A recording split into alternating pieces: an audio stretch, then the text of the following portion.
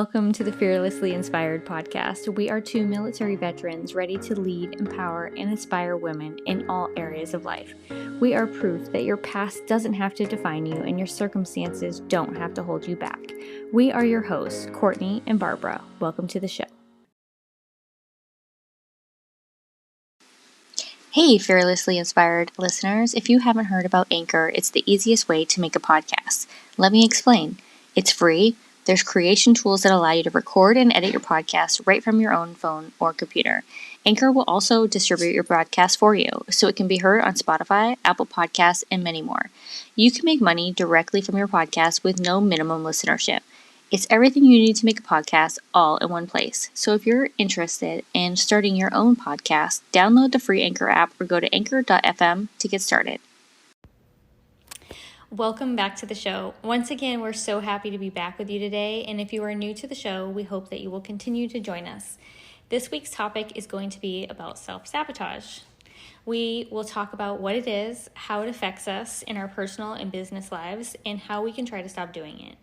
To be 100% transparent, it has been a while since we have been on the podcast or recorded an episode.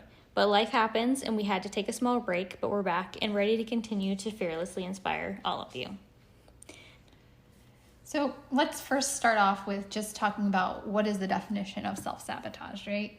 A simple, I think, definition is that it's a repeated action or a narrative that you keep telling yourself that holds you back from accomplishing a desired outcome. And that could be your happiness, your peace, your career decisions, your relationships, starting your own business, or, whether it's a big or small goal. So, that's just a simple definition. I think that's a pretty good definition.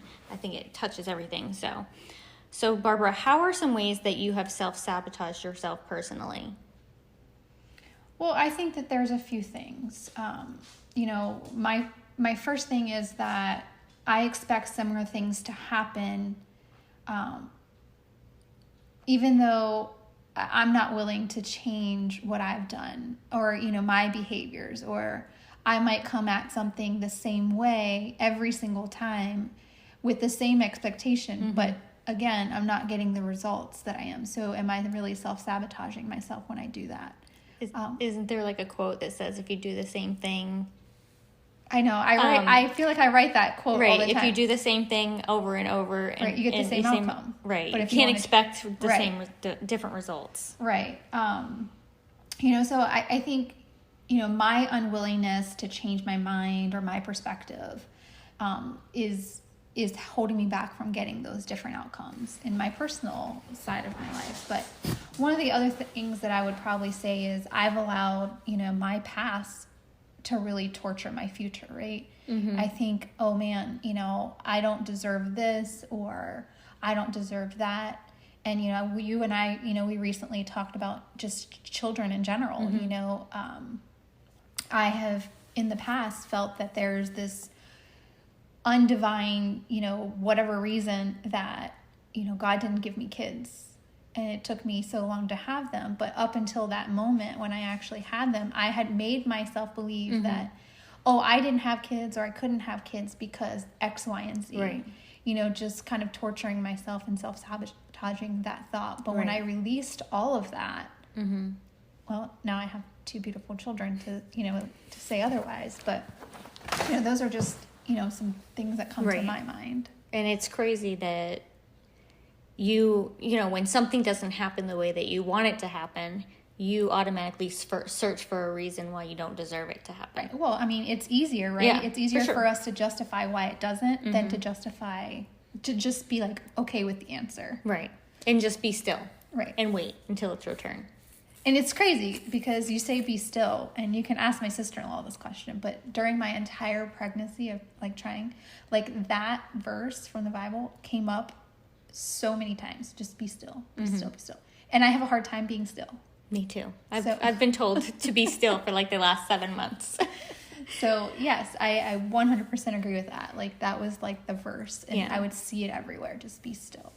So for me, previously I had talked about in one of our previous podcasts about my limiting belief of not being enough. In that, so for me in relationships, being the fear of not being enough and the continued fear that in relationships I will never be enough for that other person is definitely where I self-sabotage myself. When, even if things were going really well, I would start finding reasons why it shouldn't be going well, or reasons to say like, hey,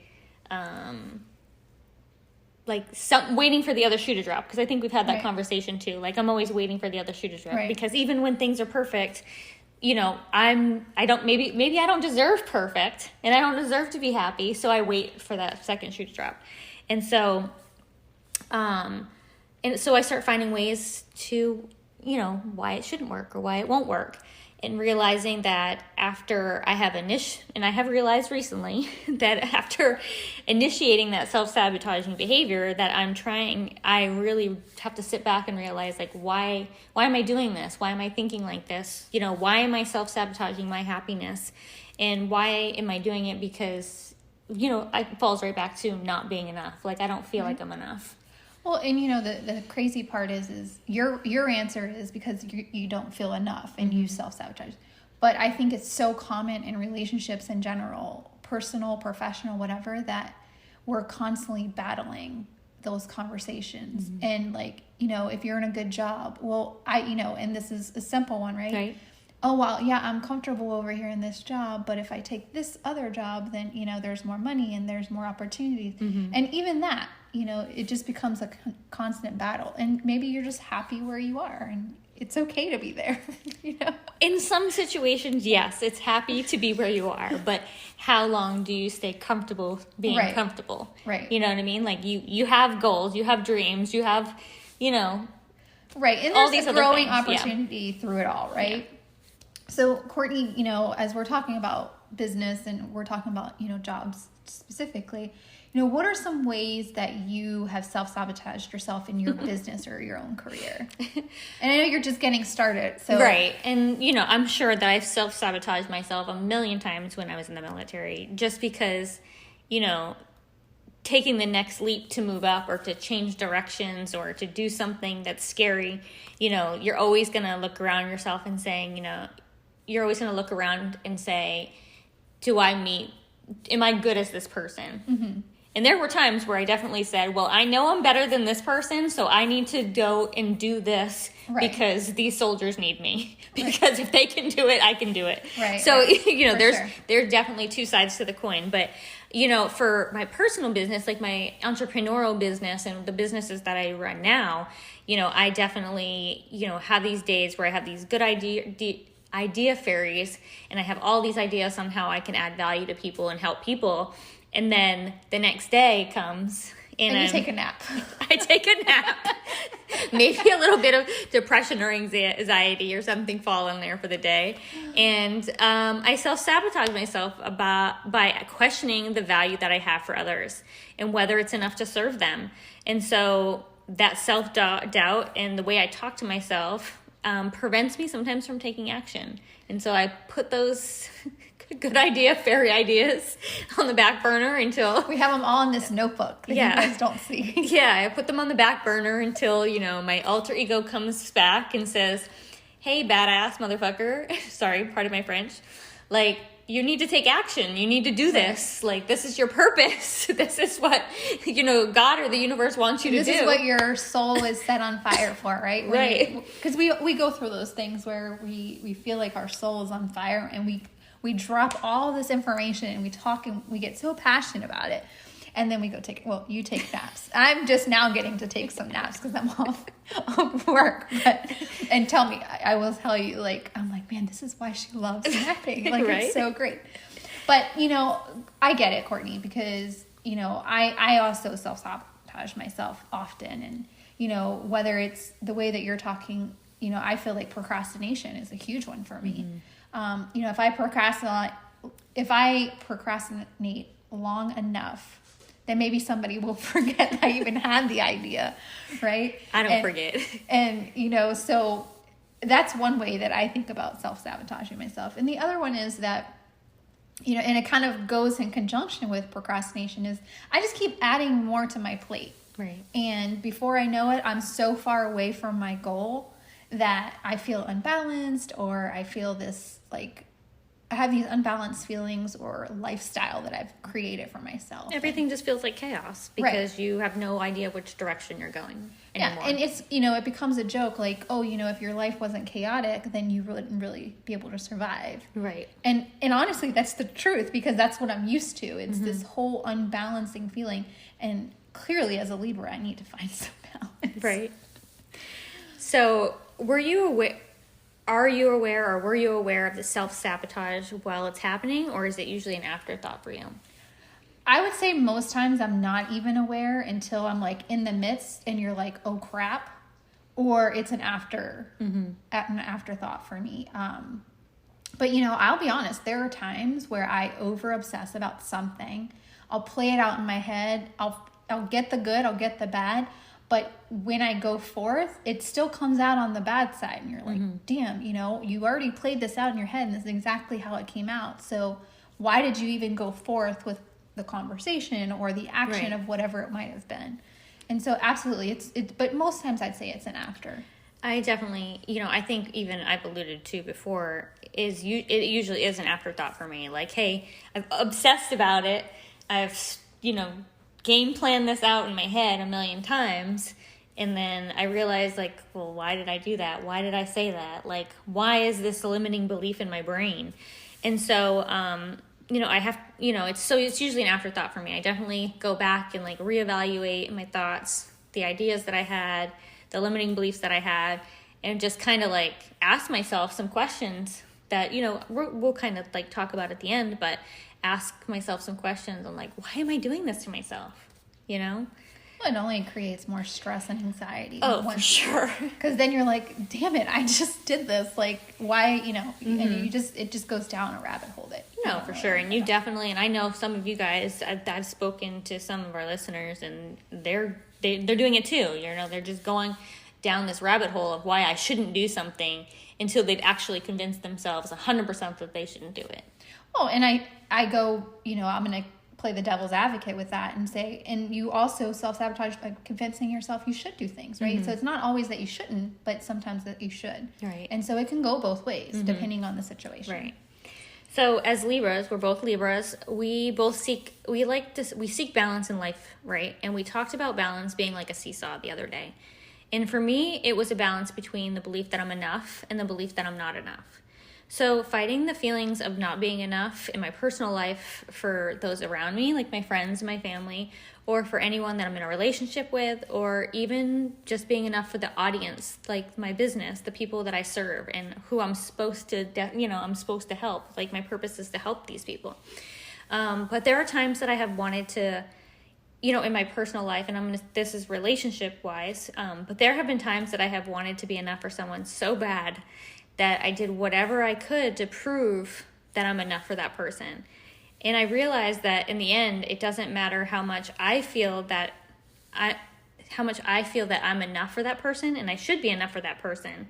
And then I have, my life together, my career together, and like, all these things are like check, check, check, right? But it may never, I realized, and we just kind of talked about it, but I may never be enough for that person, or I may be too much for that person. And so just because I feel like I'm enough doesn't mean that I'm what that person is looking for. It's almost the sense of you're trying to be perfect for this particular person when maybe you were never meant to be that perfect person for that person or that situation, or whether you're a boss or in a career or whatever. It doesn't have to just be a relationship. I would be being totally honest, like I felt like, oh, I'm meant for this particular position. And in hindsight, I'm probably, second guessing myself now to be like, maybe I was not the perfect person for, a certain position or something. And it's almost like forcing a puzzle piece to fit in a spot that it wasn't meant to fit. Right. And so I think that could be a question, is like, how much am I forcing something to make sense? Right. Or forcing myself to believe that this was what's meant for me when it's not meant to fit. Right. You weren't meant to be a piece of that puzzle, but it's like and that's where I think that unbalancing comes from, right? Because you fit yourself into this situation or into this lifestyle or whatever it might be. you know, it's almost like being, you know, back in high school, right? You wanted to be the popular kid, and you wanted to be the cool kid or whatever, and you fit yourself into this group, but you never really fit, right? Because Absolutely. you didn't have the personality that they had, or you know, whatever, or the interest or whatever, right? Yeah. And so you always never really have that feeling that you fit in, and that might be a question you ask yourself, you know, right? Like, does it feel right, or am I forcing it to feel right? Right. So Absolutely. above you. So before you talked about balance, and so what does that seesaw of balance look? What does it look like for you?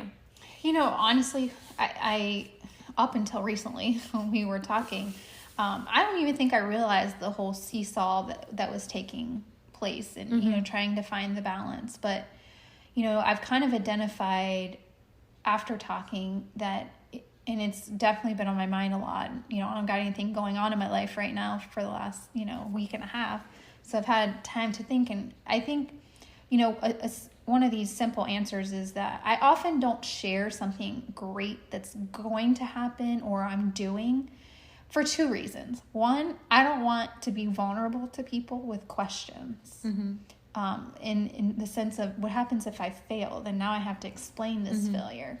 And the other one is that I just don't feel like I need to explain myself to people.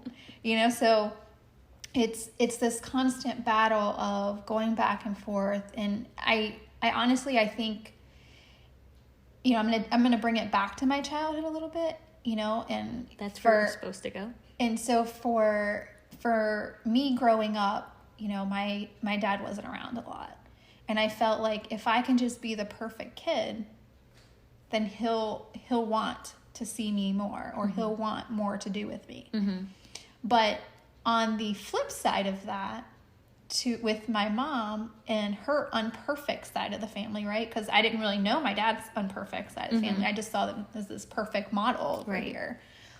I didn't ever want to make them feel like they were less than.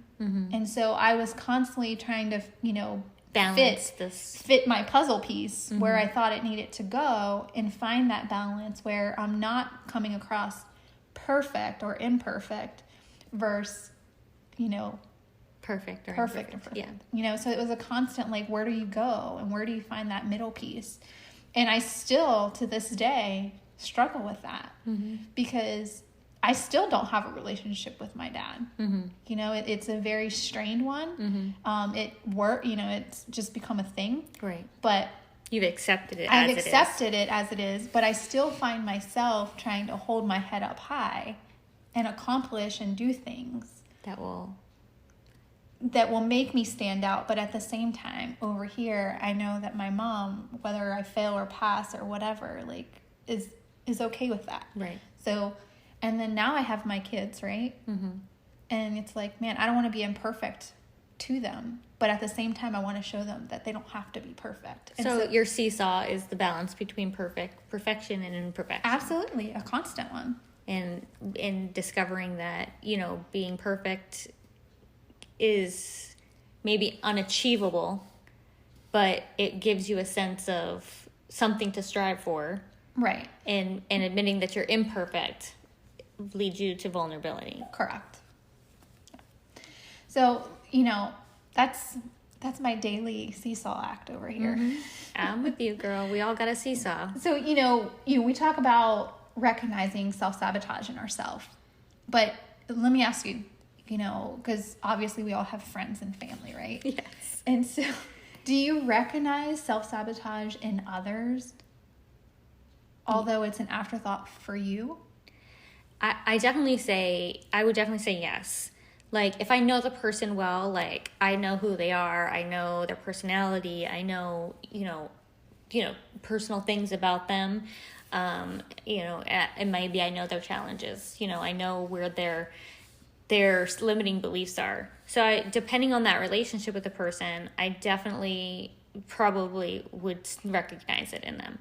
But I think I also would, you know, as if they were a close friend like you know, I would attempt to probably be the devil's advocate and try to speak to the other side of your limiting belief. Like, hey, Barbara, you know, you don't have to be perfect. You know what I mean? Like, it's the effort that you take in whatever goal or dream that you're doing to see if it fits, you know? So I think, I think that's that's how I would kind of play it in that fact. And that's in the event that I can see your limiting beliefs coming into light and you're self-sabotaging whatever that goal is on your list. Well, I agree. And, you know, I like to play devil's advocate a lot, right? And, you know, one thing that I would say that's recently come to light is that, you know, playing devil's advocate has a pro and a con, right? Because when we do that, we don't, you know, we can come across, or we might have a tendency to make somebody on the other side feel a certain way. Are they second guessing themselves or, you know, whatever. And so, yes, I do play devil's advocate a lot, and I do recommend it with friends, and somebody you know close, but also understanding that boundary. And, you know, we've talked about boundaries before, and so, you know, just trying to hone in on, are you talking about that limiting belief and trying to point that out, or do you have your own thoughts or personal or agenda or something that you're trying to make them see? So, you know, if you're going to play devil's advocate, make sure it's in relationship to what they're going through and, you know, what they're battling, not what you're battling. And do they need it? Right. Is it a conversation that is going to do something positive for the relationship, and is it necessary? Right. I agree. So, you know, as we're kind of like wrap up the episode, what are some ways that you or we can stop ourselves from self-sabotaging behavior or thoughts? You know, first of all, let me just say there's not a perfect way to do this, because this is definitely a work in progress. But, you know, one of the things that I would suggest is maybe doing a personal checklist. And, you know, we recently talked about, you know, what are some of those questions that we can ask ourselves, because, you know, we both battle this. And so, and self-sabotage looks different for everybody. Absolutely. So, and just, you know, these are not the questions, but these are some questions to kind of lead you down that path. Is, you know, am I being self-critical? Am I spending too much time thinking about X, Y, and Z? Am I procrastinating to make a decision or to start something, whatever it might be? Am I allowing fear to drive my decision? Am I fearful? Am I convincing myself to stay where I am because it's comfortable? Not because it's the best choice, but because I'm comfortable. Or, you know, again, that might feed into the whole fear aspect, right? Am I justifying to stay where I am because the grass isn't always greener on the other side? You know, we're constantly told the grass is not greener on the other side. Right. And I think when you have the answer to these questions, like, am I being self-critical? Like, whatever that answer is, you know, state the answer to yourself, and then ask yourself why. Like, why am I being self-critical? Why am I scared? Why am I procrastinating? And I think that's the key to uncovering your own personal self-sabotage, is when you have these questions and you know what the answer is, but then you have to discover where the answer is coming from. Right. Like, and it could be back, as me and Barbara have both said, it could go back to our childhood. You know, it has gone back to our childhood. You know, the reason why we're self-sabotaging things right now is because of something that happened to us, or feelings or beliefs or something that we've well, and it's a foundation, right? So something happened when we were kids. We've allowed that to be the reason or the play out for the next thing. And we've done and it goes back to the very first question that we talked about, you know, how we said, you know, we just keep repeating and repeating and repeating the same actions, and we're not willing to make those changes or, you know, perspectives or step out of the box. And so we keep getting the same thing. But I would agree, each one of these questions can lead you to other questions, and as you start to uncover those answers, you need to come back to yourself and be like, oh, well, damn, am I self-sabotaging? Because only you can answer that question. I can't answer that question for you, and you can't answer that for me. Because if I'm telling you, oh, this is why I'm being self-critical, I'm giving you the answer that you may or may not want to hear or understand for that fact. Right. And so there's so many layers, and Absolutely. the depth could be endless. Right. So. But it's just a start, and you might have different questions.